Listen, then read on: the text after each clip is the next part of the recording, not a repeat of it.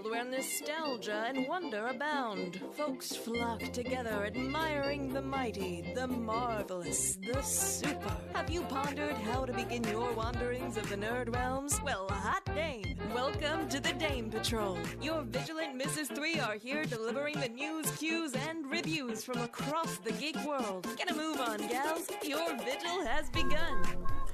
Hey y'all, and welcome back to another episode of the Dame Patrol. We are booging down because this is some super special content. But before we get to that super special content, my name is Amy, and I am passing it across the table today because I get distracted and I can't remember which way I'm going. That's fair. To thy.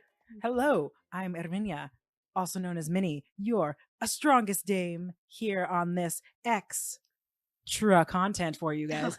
And across from me, right next to me, I have Stephanie. You may know me as the most knowledgeable dame. And what are we? We have some more extra content. I teased this a couple episodes ago, and I'm so excited to finally unveil it to you guys. But I know, I'm getting ahead of myself. You are, because we have succumbed to the madness. It is March, and there is so much going on that we want to share our cornucopia, if you will, of delightful treats and tidbits for this beautiful, maddening month. But before we even get to that, I really need to, we should have this talk about our sponsors, right? We should. Oh, yes, yes. Joining us in the madness, of course, not here, but here in spirit always, is our Uncle Ben. You can find him at 1120 Fulton Avenue. Sweet K. Empire's Comics Vault. You come down to Sacramento, you get the hugs, the pugs, the comic books, the hot sauce, the shenaniganizings. It's all there and more. But if you need to get your scent on. I almost said like centaur, but I'm having problems. It's okay. You could sometimes also get your centaur there, depending. We've got Quill and Ink Alchemy on the Etsy's. You can look them up on Google. You can look them up on Etsy. They will pop up immediately. They are here to give you all kinds of fun scents based around fandoms and based around character archetypes from D&D games, which might be relevant to what we're talking about today. Who knows? But Quill and Ink Alchemy, you get these cool scents. It is 15% off your purchase if you use the code HOTDAME. Hot dame. Yeah. So our madness has ensued, but our extra content this month is not even this month. We got a whole month of extra content. Yeah, we were kind of looking over all the stuff we wanted to do, and we're like, wow, we have content coming up for every week if everything goes according to plan. And it will. We will make it to according to Kikaku. I was going to make that joke, but I was like, should I? And then you went with it, so I'm glad someone said it. Well, we're the dames of March, so we are the dames of March. Hot dame. That is a hot Damon mess. Yeah, I like that. Anyway, most knowledgeable dame. Oh, goodness. So I was really fortunate enough to get an interview with Christina Steenz Stewart, who is the editor. Oh my gosh, I'm sorry. Editor for Rolled and Told, which is a D&D module comic that comes out every single month. And we talk about the February issue. We talk about upcoming plans. We also talk about, intersectionality and creative spaces and giving a voice to other women and other nerds and other people who might not have a platform, and just uplifting new creators. And it was really great to talk about. Well, that's one of those great things that you got to give credit to dames for doing, because gals in all kinds of fandom spaces and nerd things have done this for years. It's true. Years and years. And then it was also kind of cool because there were parts where it was just kind of, we were in the same roles at similar times. Of course, I'm not an editor at a comic book company, but there was the whole she was also a Valkyrie at one point. So we're gonna dive right into this interview, and I'm so excited, and I hope you guys really enjoy it as well, because it was really fun to do. So my first question is, what got you interested in storytelling through comics? Oh wow, that's a big question. I've always been interested in comics since I lived back in Detroit when I was in the single digits. So I'm talking 8, 9 years old. Aww. And it was always a family event to watch Batman the Animated Series and Justice League and all of those DC animated shows at the time. And those are what really got me into the universe. And I didn't actually start reading comics like regularly, like going to a shop until like maybe 2010, 2011. And I had always just read like graphic novels, but around 2010 is when I started, or maybe 2008 actually. Yeah, is when I actually started getting into single issue comics. And I always had an interest in art as well. I wanted to do children's books actually. Here, actually, one second. My cat just opened up the door. Oh, it's okay. I have care. a cat too, and she's very needy.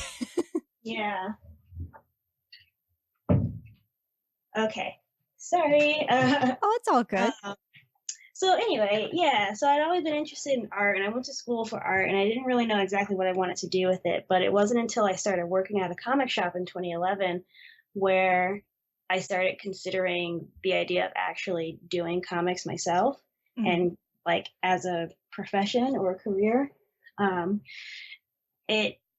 don't know, it just never really occurred to me just because I never really saw anyone else that looked like me that was doing it. Yeah, I think it's hard to realize that there's people behind those until you get early, like that are actually making the comics. And then there's also that barrier to see people like you too. Yeah, I mean, it never really occurred as like an actual job that I could do. Mm-hmm. And I think it wasn't until I saw there was a single issue series for Samurai Jack back in like 2012. Mm-hmm. And it was illustrated by Brittany Williams. And I was like, wait a second, I think I know that name. And I'm pretty sure that is like the Black creator that I've been following online for like a few years. Oh, that's cool. So, yeah. So like when I went online, I was like, oh my God. It was only until I saw their name on that comic where I was like, maybe I could do that too.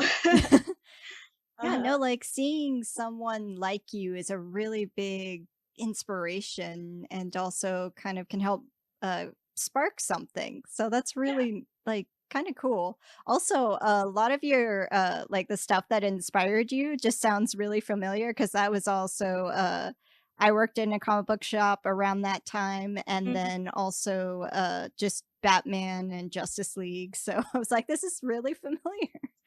Yeah, I mean, and I feel like that is one of the most familiar things for a lot of people just because the access to that was so easy. Oh yeah, like Cartoon Network or like Saturday morning cartoons and all that.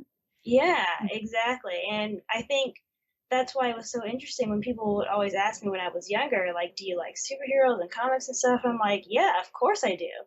And I would only ever think of the animated TV shows.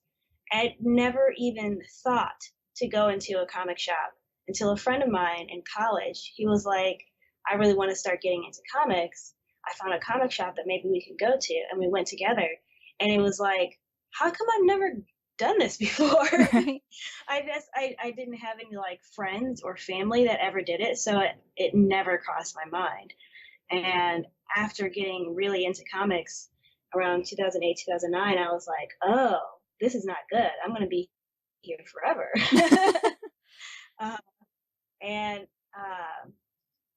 Yeah, it's interesting how like you never really know where things are going to take you until someone else is there already. Yeah. Yeah, I mean there's always a first, but it's always great to see how that creates a domino effect and kind of inspires more and more people. And like we have a totally different like comic, I guess, lineup than we did even 10 years ago with how many new creators there are. So true.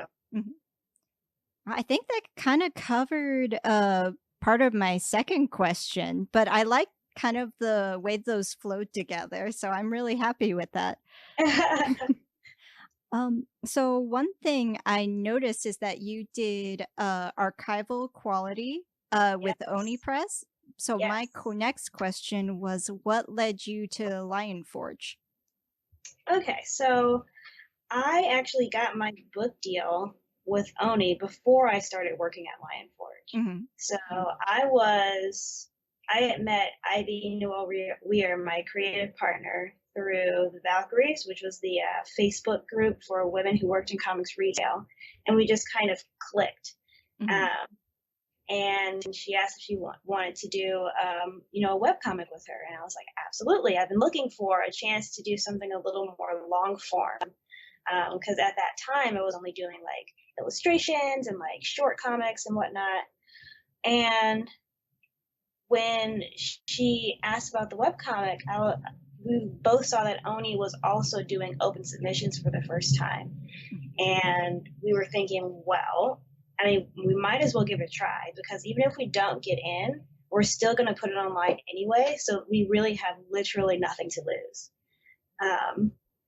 I think that's a really good way to think of that, because I think a lot of people are really scared of that initial no. But yeah. I mean, it really paid off. Oh, yeah, absolutely. I mean, like, I think they got like 600 submissions and they only chose 8 out of those submissions, and we were one of those 8. Yeah, so it was pretty incredible. I mean, I look back on like our first pitch packet and I'm like, oh my God, how did this get chosen? But, that was like 3 years ago. But yeah, so I was currently working on my book with Oni, and I was working as a librarian at the time, and same for Ivy. Mm-hmm.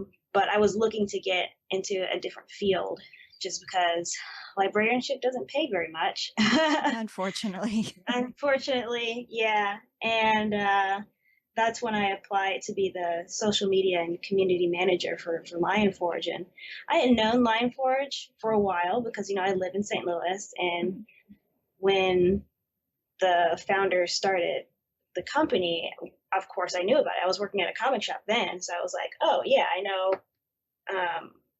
know the guy, he comes in, I like sell him comics sometimes. Like, I know who Lionforge is, but it wasn't until I was actually looking for other avenues that I decided to give Lionforge a try and actually work there. But they were starting a whole new business model, really, because they had started off doing digital comics only.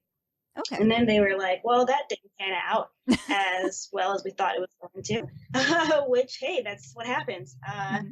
And then they ended up becoming a smaller publisher underneath IDW. And then deciding that they wanted to be their own full-fledged publisher away from any other publisher. So at that moment, when they were trying to separate themselves and create their own, that's when I was hired. Okay, so you kind of came in at this moment in flux too. Was that scary in some ways? Oh, yeah, absolutely.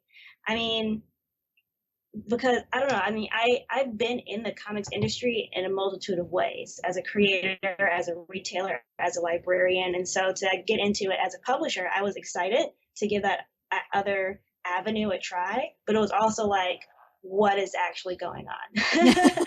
This is completely new, not just to me, but to everyone in the company. And it was really cool to be able to be a part of a group that created something like Lionforge. Yeah, I mean, you basically helped in setting the foundation for what the company is now, which is really cool.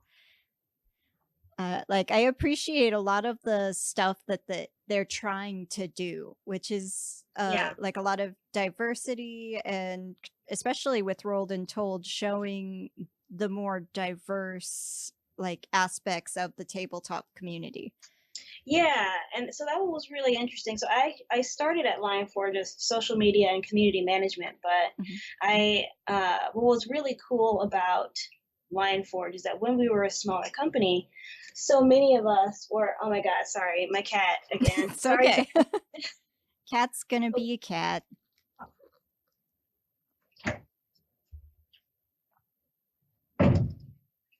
Okay, what was I talking about? You were saying they were smaller community-wise. Yes, when we were smaller, they encouraged other people from other departments to be a part of the acquisitions process, just because it's always good to have several eyes on what's being brought in to the company. And it was really encouraging that they looked to me to also take a look at some of the things that were coming in. And I think my notes on different titles and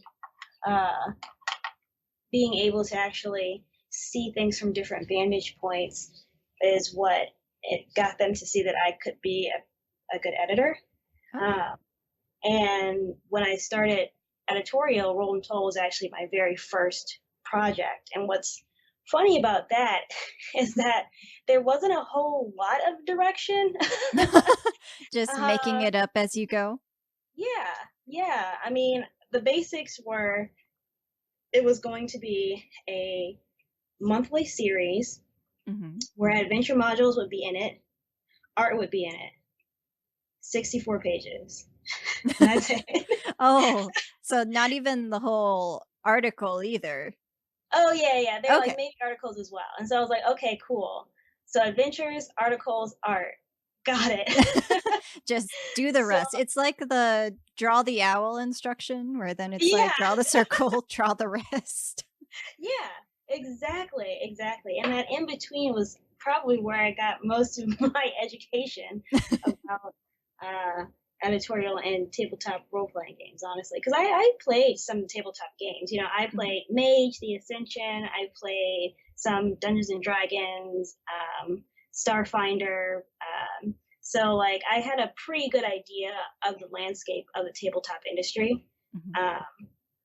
And so getting into actually making modules, that was probably the hardest part. So thankfully we have a game designer on staff, E.L. Thomas is who he's credited as, but his name is Eric. And he's great. I mean, like, he is a great game designer and storyteller. And having him on board to help edit these modules is really an awesome thing to have. But yeah, we had to figure it out kind of from nothing. And so since I was like, well, since I'm going to be taking charge on this, I'm going to do something that I feel very strongly about. And I feel strongly about giving people the opportunity to get into an industry where they would have not otherwise had an option to do so. And I feel like a lot of the writers and artists and contributors to Rolled and Told, some of them are people that we all know and are familiar with, but others, they're new. They haven't done any publishing before, or they haven't done work made for hire before. And that is what kind of pushes me in no matter what job I'm doing, whether it's retail, librarianship, whatever. I want to make sure that the opportunity is there. And I want to make sure that when people look at the work that, you know, comes from my hands, that it's representative of what you see around you. You know, the type of people that play tabletop games is varied and wide, and it should reflect that in the magazine. And I feel like it does in different styles of art and in different types of people who are writing. Pretty much as long as you know how to write a 5e module or take direction well, you know, you're good.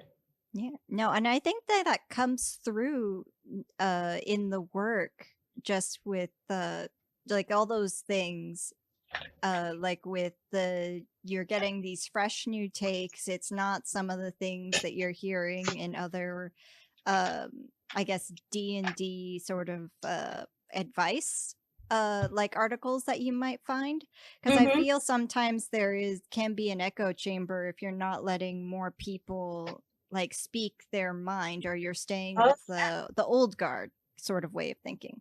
You're totally right. I mean, I was looking at, well, I think that's also one of the best parts of me and Eric working together is that Eric has been playing tabletop games for years, decades. I, on the other hand, have not.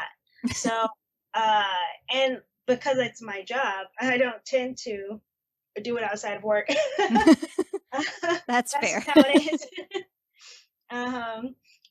But because of that, I feel like I am more open to seeing and hearing from different viewpoints, and I get to hear from him if that's something that he has not seen before, or is happy or excited to see something new, you know? Mm-hmm. There was something that he was saying that he finds that a lot of women dungeon masters have stories that are just so layered and Mm-hmm. so exciting to him that it's just like it's fun to be able to like give those opportunities, you know, because it's like he had only ever played with other dudes. Yeah. And so like to have that opportunity to see from other people's points of view is exciting for him. And it's exciting for me too, because it's like I don't know a ton of people. Well, actually, it's like I thought I didn't know a ton of people that play tabletop, but then you bring it up and they're like, "Oh yeah, I do play that."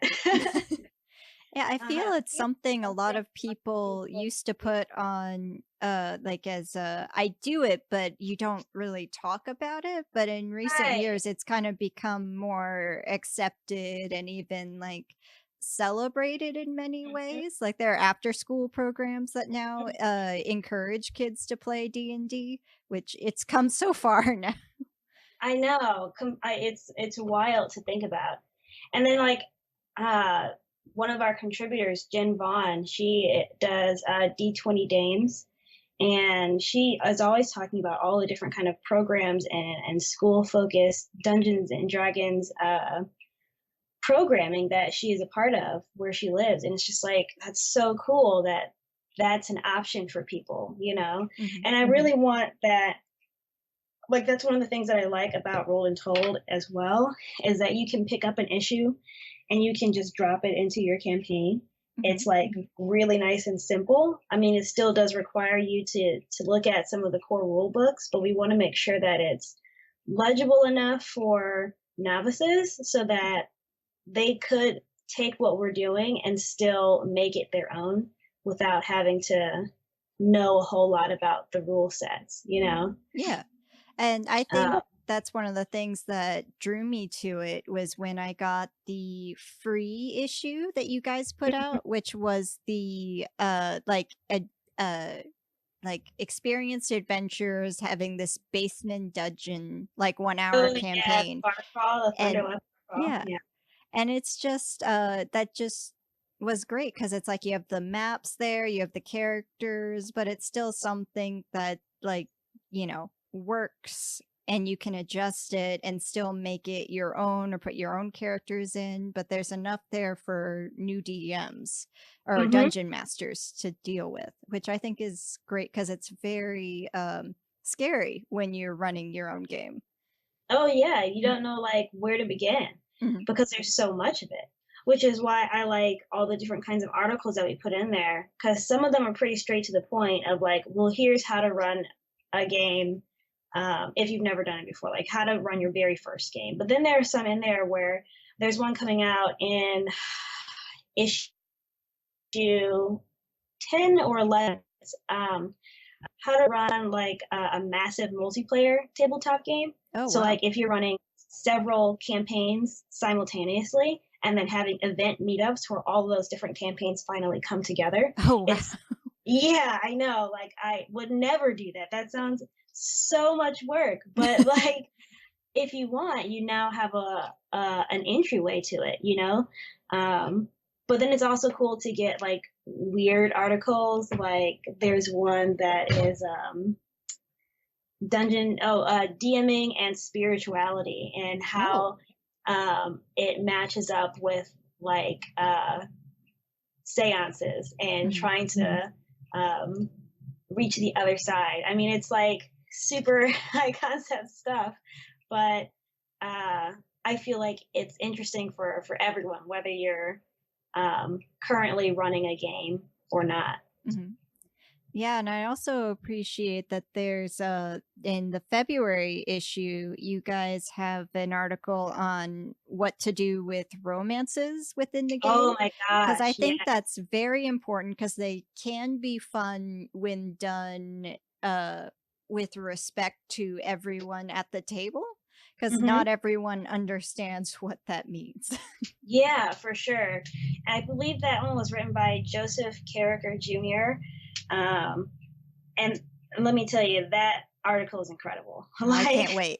I'm so excited for that issue too, because like doing just all these Valentine's inspired, but also very much D&D and dark is just kind of really cool that that's the direction that you guys went with that.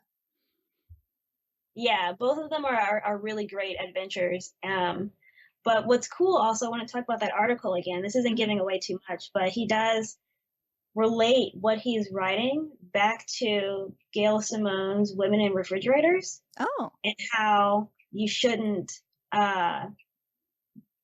put romance in for romance's sake. Mm-hmm. And also how women, or really anyone, should all be three-dimensional characters with reasons behind everything and not just to move the story forward.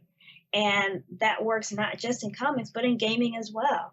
And it was really cool to see him bring that up, because I really wanted, gaming and comics to come together in this magazine. And it super, super did in that issue's article. That's cool. I'm really looking forward to that. And also, I feel that's kind of something like people would not have thought of when just talking about that topic, but it's super relevant and important too. Yeah, you want your NPCs to be, I don't know, I get that they're non-player characters, but they are still characters, How you treat those characters matters just as much as how you treat your players. That's true, because there is like a reflection of, if you're treating these NPCs in a certain way, it does, and it continues to happen, it does kind of put I guess, what's the right word? Like a flavor that can be not too great to what you guys are doing to the campaign, I suppose. If it's like, oh, we introduce this lady character and then she keeps and every time we have another one, then they're the ones that get kidnapped, then that doesn't really speak too well to how you perceive them. No, not at all. And when you're playing a game with a game master, a dungeon master, you want to make sure that they're as respectful as possible, because you want your players to feel comfortable coming back to the game, Mm-hmm. So it's nice. I that's one of the exciting things about Rolled and Told as well, is the different kinds of articles that I get. It shows that there's so much that goes into the gaming world that you don't immediately think of. Mm-hmm. Like respect. I mean, that feels like it would be easy, but a lot of people don't even consider it. And it's super important to creating that fun and that environment that you want to keep going back to. Yeah. Mm-hmm. Absolutely. I mean, it's a game for everybody. That's another thing I try and tell, my writers who are writing the modules. Mm-hmm. When you're doing the DM notes, make sure you're writing it so that this is for another DM and you're not treating the reader as the audience. Because in gaming, everyone is participating. No one is an audience. You shouldn't be like, you're telling a story, but they're all participating in that story. They also kind of control the story.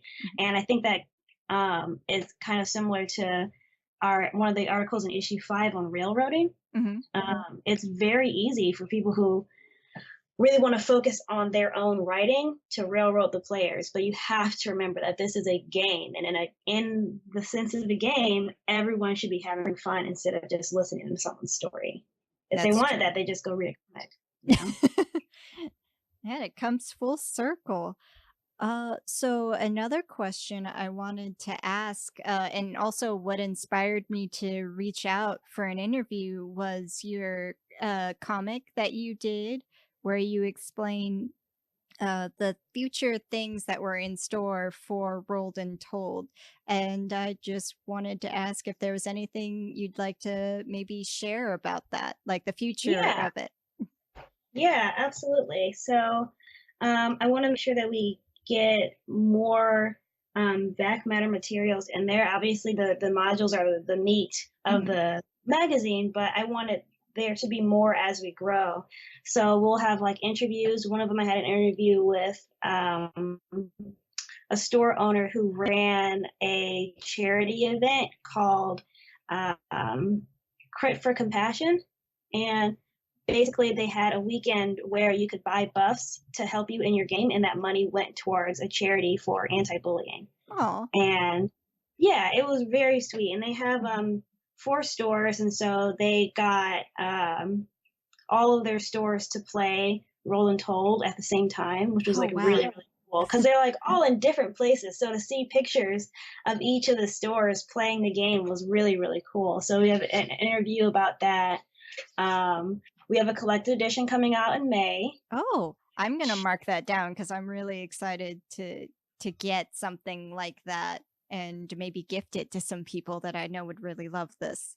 Yeah, absolutely. I mean, the best part of having the single issues is that it's easy to carry around. You know, it's the right kind of trim size. You can put it in your bag and you can take it with you, and you have everything that you need right there. But there's also the gaming market of people who want that whole giant collection for their use. And so we're going to be collecting issues 0 through 6. That's all of the adventures, whether they're full size or the mini adventures.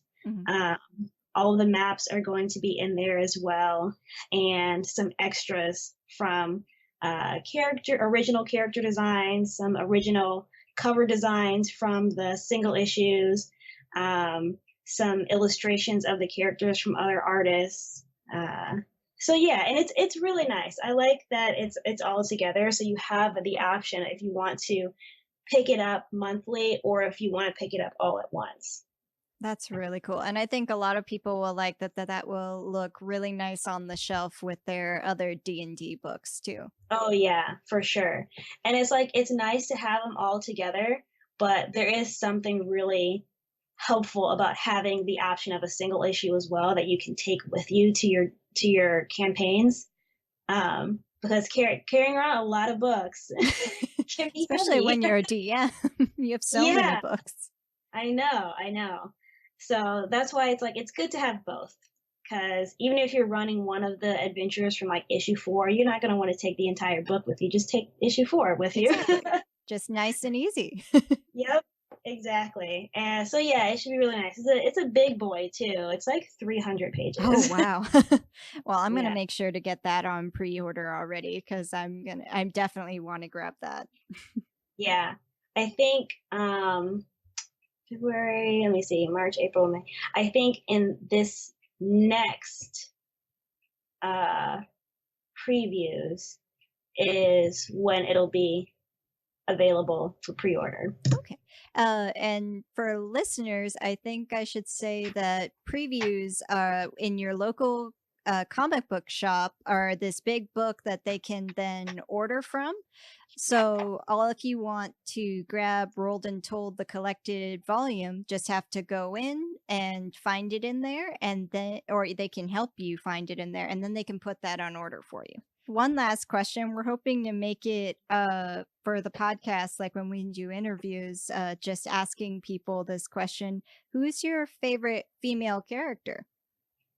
Oh man. That's a hard one. It is a hard one.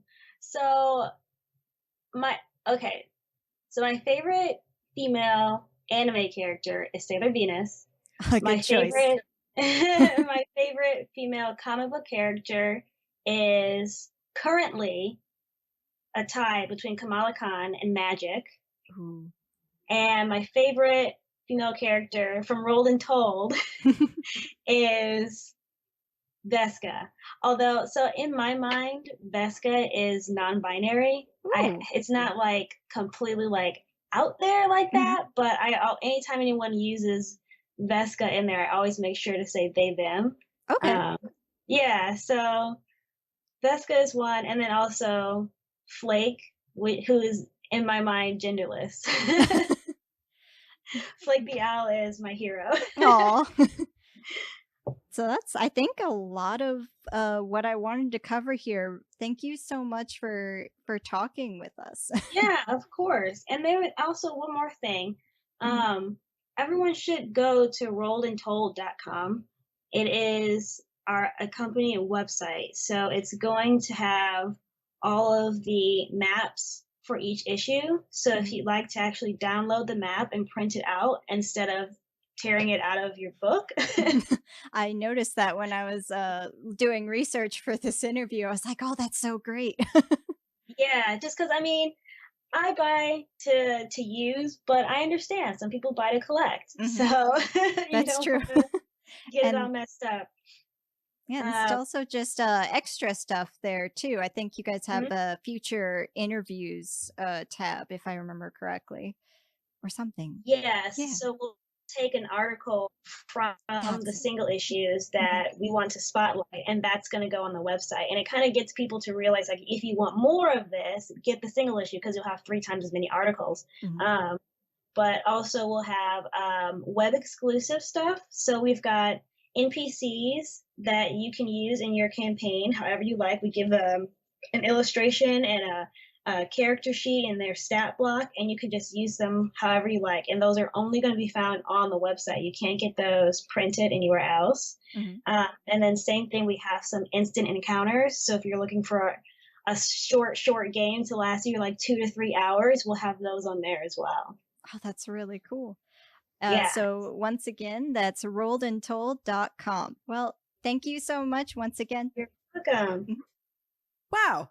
Pass, Stephanie. That was really delightful. I feel rolled and told about this lovely comic. Oh, thanks.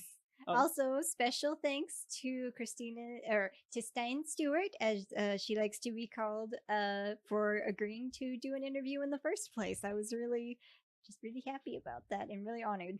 We're delighted to have another female creator all up on this, another female dame. Yep.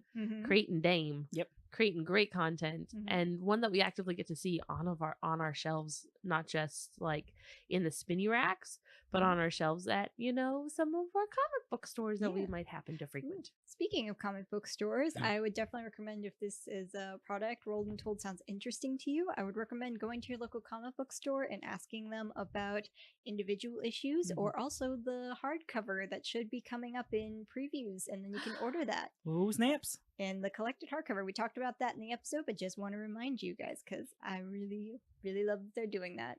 So, of course, before we sign out, we got to say special thanks to our awesome sponsors. Of course, our first one is going to be our crazy Uncle Ben down at 1120 Fulton Avenue. Sweet K. Drop in for hugs, pugs, hot sauce, comic books, and of course, Rolled and Told. Woo! Whoop, whoop. And then we've got somebody else to help your scents. Yes, for your oil factory, we have Quill and Ink Alchemy. They are here to provide you with your fandom-inspired scents and, of course, your D&D character scents. If you want to smell like a ranger, you get that lovely, fresh smell when you're doing your archeries. You can get that from Quill and Ink Alchemy on the Etsy's. Look them up on Google or Etsy. They will pop up immediately. And when you're buying said ranger scent, you can also use the code HOTDAME for 15% off your purchases. Yay! And I love that they have mage and rogue, and we have cleric, right? They have a cleric, a rogue, and I believe there was one more I'm missing, but it was very scented. Is it somebody else that was also in the X-Men? Ooh. Perhaps this can be you can find out which other scent they have available by checking them out. I'm okay with that. That's a great idea. I want to smell like a dragonborn. Then we can do that. we can do that. We will talk to them. We will get that done. So, of course, from all of us over here, thank you for stopping in for your first dose into the magic pot of our March Madness to get you some treasures of extra content. This is Amy. You can find me at iJaneURobot on the varying social media platforms. I'm your distracted dame, but today I might be able to just slide it this way in corrective. I don't know what direction this is, but the direction over this yonder. You have Stephanie. You can find me at Dame of the Galaxy on Instagram, and then I'm really excited to be bringing you more content, but I'm going to lob the ball over to Minnie. And I'm going to catch that lovely softball because, I mean, y'all know why. Wink wonk. I am your strongest dame. You guys know me as Erminia, but I am also known as Minnie. And you guys can find me at the Dame Egg Sauce on the Instaswams. Thank you guys for listening to our first interview of the podcast.